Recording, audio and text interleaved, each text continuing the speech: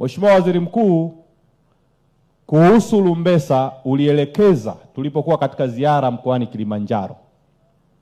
Ulitutaka Wizara ya Kilimo pamoja na Wizara ya Viwanda na Biashara kukaa pamoja kuhakikisha hii kero ya Lumbesa kwa wananchi sio ya zao moja peke yake, mazao yote, iwe ni vitunguu, iwe ni viazi, iwe ni mahindi, mazao yote.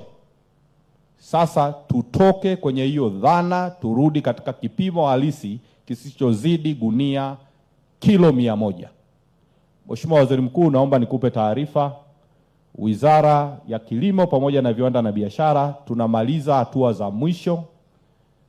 Moja, tulishaanzisha mizani za kisasa, lakini sasa tunatafuta mchakato ambao tutapata yale magunia ulioelekeza ambao yatakuwa yanamfunga mkulima bila kuzidisha. Yaani gunia lenyewe ukilijaza liko fixed katika 100%. Kwa hiyo tukishamaliza hatua hiyo, Mheshimiwa Waziri Mkuu, tutaleta taarifa ofisini kwako na tutatangaza kwa wakulima wote.